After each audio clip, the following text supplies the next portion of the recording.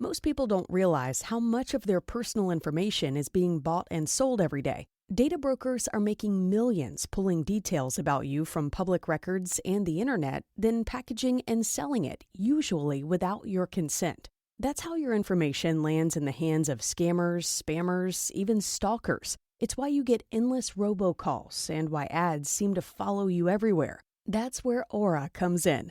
Aura actively removes your data from broker sites and keeps it off. They also instantly alert you if your information shows up in a breach or on the dark web.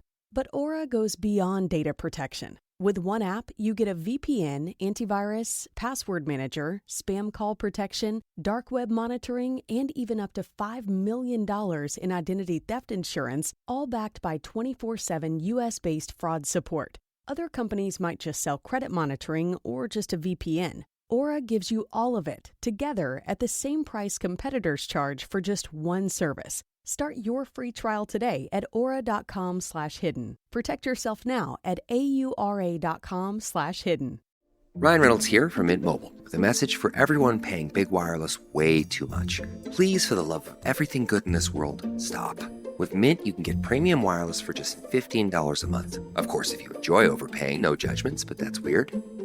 Okay, one judgment. Anyway, give it a try at mintmobile.com/switch. Upfront payment of $45 for 3-month plan, equivalent to $15 per month required. Intro rate first 3 months only, then full price plan options available. Taxes and fees extra. See full terms at mintmobile.com. It's Car Con Carne. Let's eat in the car. It's Car Con Carne. And now here's the star of our show, James Van Alstyne.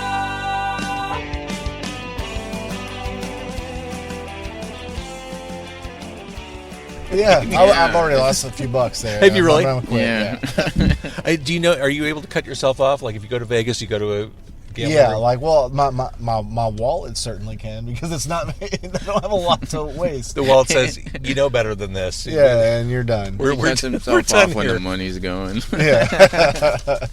Yeah, you don't want to have to like hock a guitar just to get back to Louisville. Yeah. We will, though. If that's what it takes. Okay, I'll read my sponsor messages and we'll do our thing. This right here is Car Con Carne. Car Con Carne is a Q101 podcast. I'm James Van Oslo, and Car Con Carne is sponsored by Easy Automation, easy-automation.net. Transform your living space with cutting-edge home automation that allows you seamless control over audio, video, lighting, climate, security, everything. Embrace the future of smart living. It's your home, your rules. Get a quote by visiting easy-automation.net or give Dan a call. He'll give you a hassle-free quote at 630-730-3728. Tag Publicity. Let me tell you about Evan J. Thomas. Tag Publicity is a music and event publicity company that is freshly distinctive. Tag Publicity is a full-service entertainment PR, talent development, branding, digital marketing, social media management, project management, distribution, content creation, booking, and public relations company. That's a lot of stuff I just said. Currently headed by Evan J. Thomas, and you can reach out to him for any kind of PR needs. If you're a creative, a musician, give Evan a shout. He can help you out. evanjthomaspr@gmail.com. Follow Tag Publicity on Facebook, Instagram, and the TikTok. Finally, programming note, Car Con Carne live on stage, returning to Legit Dogs and Ice in South Elgin, 322 South Randall Road. This is happening on Thursday, May 15th. Recording live, you could be part of the broadcast, you could be part of the video, the audio, all the things. Live music and interviews from Derision Cult, Aaron Williams and Karen Shook. Comedy on stage from Chris Bongat and craft brewer Carson Souza from Obscurity Brewing. It's all happening on Thursday, May 15th. It is entirely free. We couldn't dream of charging you to be part of this. But come on out. Hang out with us. So it is Car Con Carne outside of Goat Village, a new-ish, I think, location in Norridge in Chicago, near the intersection of Cumberland and Lawrence. I am joined by the bass and drum instrumental duo from Louisville, Kentucky, El Bisonte. That's correct. Henry and Blake are in the car with me. Nice to meet you guys. How's it Same going? here. Glad to be here. So we're here for this Goatstock event. Now, obviously, people watching or listening missed it. It's too late, but you're here for Goatstock. I think you're the only out-of-towners. I'm not sure, Which but is that is plausible. So it's a prestigious position. Yes. You're the only Yeah. imports. And we're going last, and I'm like, Yeah. I didn't know that till we got here. I'm like, oh man, no pressure. So you've been to Chicago before. Yes, this is the second time we played here. We played here last year with 13 Monsters at One City Tap. Yeah, and that was James the Boneless. With James the In a weird coincidence, I saw James the Boneless last night, not in concert, just at the Ministry concert. Like as I was walking out, he was at the Ministry show. Oh, Yeah. Nice. Which tracks, right? Yeah, that makes that sense. checks out, yeah. So you're from Louisville. You're here in Chicago. What's your vibe being here in Chicago? Oh, I love Chicago. If it wasn't cold, like in the wintertime, as it is, or like really cold, I'd probably move here. Because it's just such a good vibe out here. And that's the thing. Our springs and summers are so awesome. It makes us forget how shitty the winters are. And every time we get to the winter, it's like, oh, God, we got to do this again. Oh, but then, yay, it's summer and spring again. Like, as we're recording this, it's 65 degrees out. It's sunny. It's the beginning of May. It's beautiful. Yeah, it's beautiful. really Although, nice. I mean, Kentucky's no slouch for weather.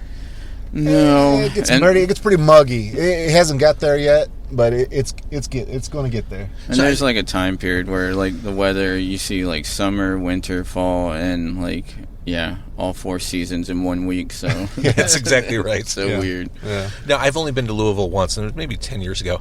I really love the city. Like, it seemed like, and maybe this is just, I don't know any better, but it seemed like a good food city. Yeah. It's getting more up and coming that way. Yeah. And tell me, what is it? Oh, the haunted sanitarium. Oh, Waverly Hills. Waverly Hills. Yeah. I went on the tour. That's bullshit, right? Is that the tourist trap? Probably, but it's pretty weird in there. Yeah. I like it. I like weird shit, though. I took my then young teenage son there for like their 10 p.m. tour. Not a proud moment in parenting, doing that at 10 o'clock at night. But it's one of those things. I remember Scarred him. Like, yes. So they like walk you past the chutes where they drop the tuberculosis victims' bodies out of sight. Yeah. And then we were in maybe the cafeteria, and it's super dark. Obviously, there's no illumination.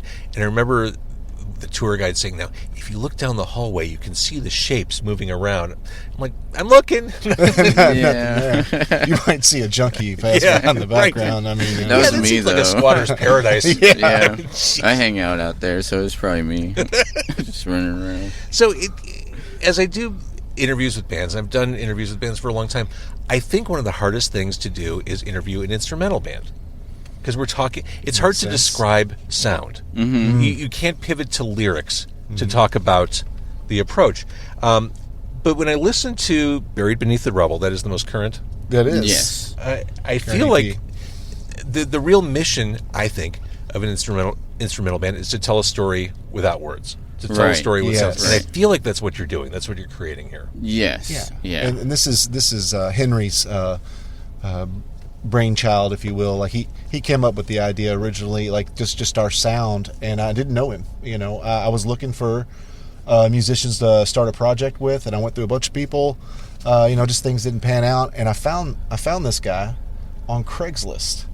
Yeah. Okay, I interviewed another band this week who got together through Craigslist, and again, it's not 2006. This is present day. Like, I didn't realize people still use Craigslist. It's a thing. Yeah. Well, this was I guess 2016, 17-ish, somewhere in there. And I listened to his. He had a lot of ideas put down, on tape, I'll say, and I was able to go to his SoundCloud and listen, and I fell in love with it immediately. I could hear the ideas, and I could hear myself playing drums to this music. It was very powerful, and it was very moving, and to me, and right out of the gate, and we just got together, and we were taking those recordings. I was like, well, let's do this part you have here. Let's do it this way, and we just started writing, and it came together. The first few songs very quickly. And it's just you two guys. It's really important that, musically you click, but personally you have to click too, because it's just the two of you. Yeah, we can't stand each other. No, it doesn't work out very well. You should have seen the ride up here. I had him in a headlock while driving, so. But I mean, you were in alignment from the get-go? Personally and professionally? Musically, musically, it was like perfect alignment, really. I usually say, like, when we're playing, it's like two bands playing at the same time, because he brings a lot to, like, what we're doing, and I'm also doing a lot, so it's just like both of our sounds just like crashing all at the same time, and it just like it evens out, and then it, it complements. We complement each other with that, and we're both just busy, really, because I play like 20 pedals on my board, and he has like, I don't know, your drum set's huge, so yeah, it's too big. It needs to downsize. Yeah, we can very soon. Yeah, I'm tired of that mess.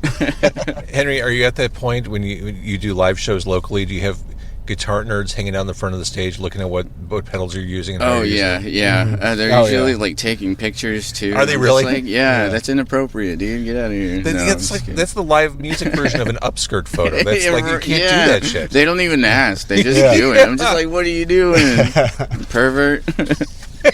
No, I'm totally rude. Do you guys want snacks? I have snacks. Oh no, thank you. Good, thank Are you sure? Good. I mean, appreciate it. You drove here from Kentucky. I'm gonna hit. Well, damn, he's got beef jerky. Damn it! You didn't say you had jerky. Beef steak. There we go. There you go. I'm good. Thank I'm gonna you. hit taco truck too. You can take the man out of Kentucky, but Yeah.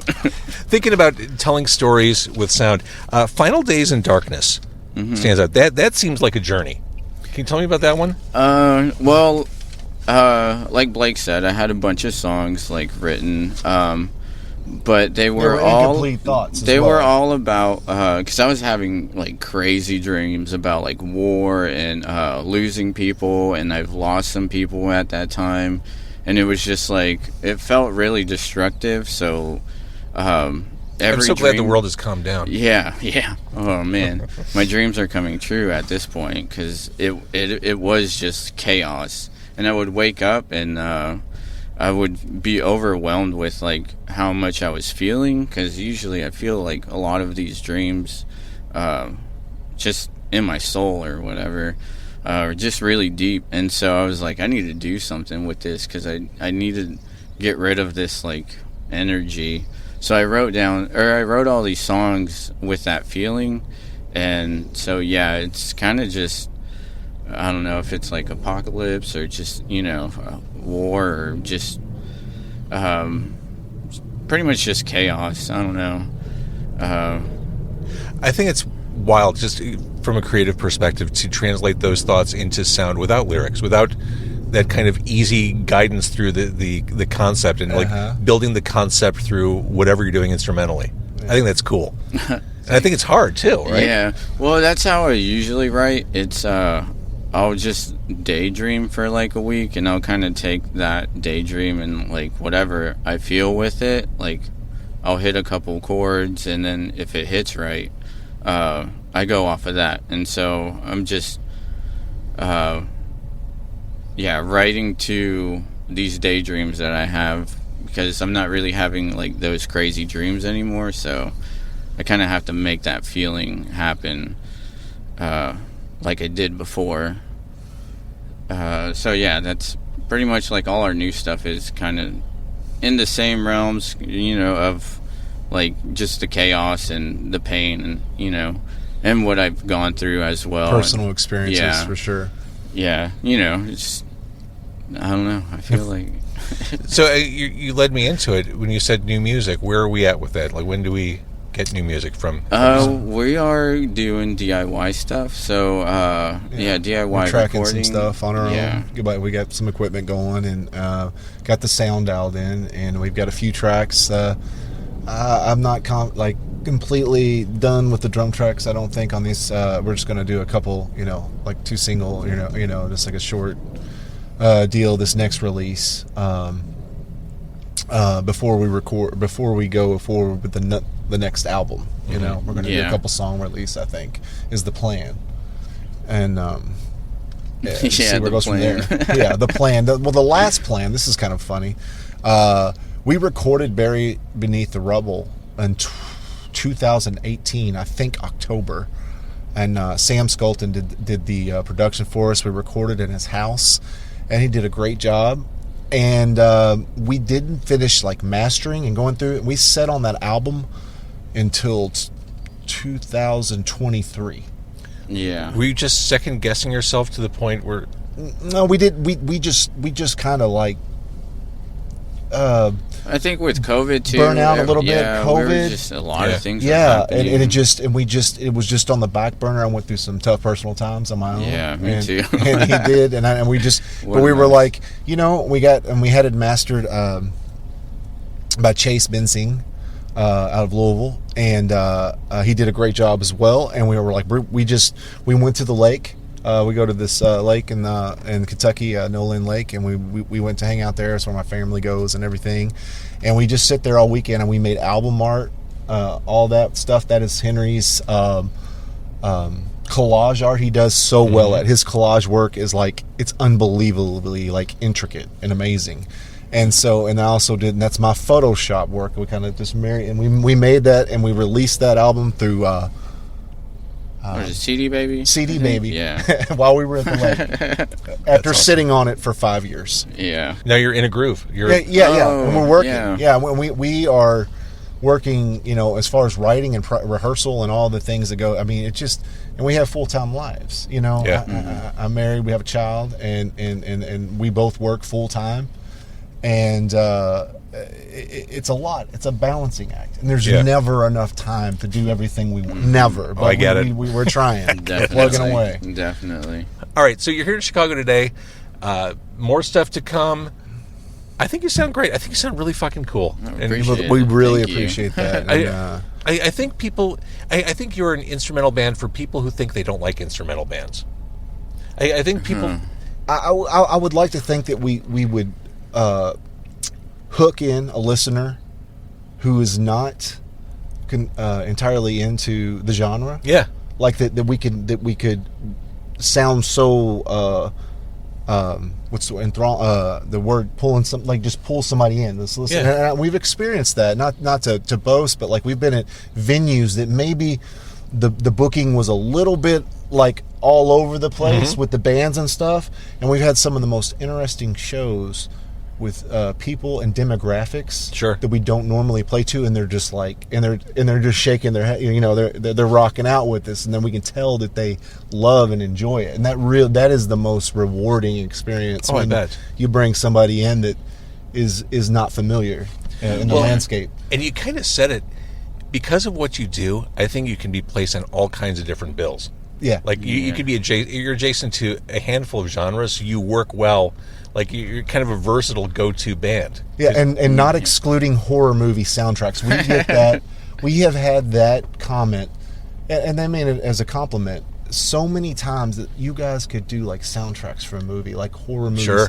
And I mean, from just all kinds of different people. Yeah, I mean, because first time I played you, I'm like, oh, I get this. Okay. And I'm also a horror fan, horror soundtrack listener. Like, yeah, that tracks. Yeah. Okay. Yeah. I get that. And then, that's a pretty good compliment too. I like that one. Well, we're glad you're here. Can't wait to see what you do next. Thanks for jumping in a stranger's car in a different state. Yeah. I love it. This is such an interesting concept. Yeah. And kudos to you. It's for almost as weird as the Craigslist meetup. I've had a few Craigslist meetups in this car. Don't think I haven't. I like that you slowly walked up to us. And you're like, Thank you, guys. Thank you for having us.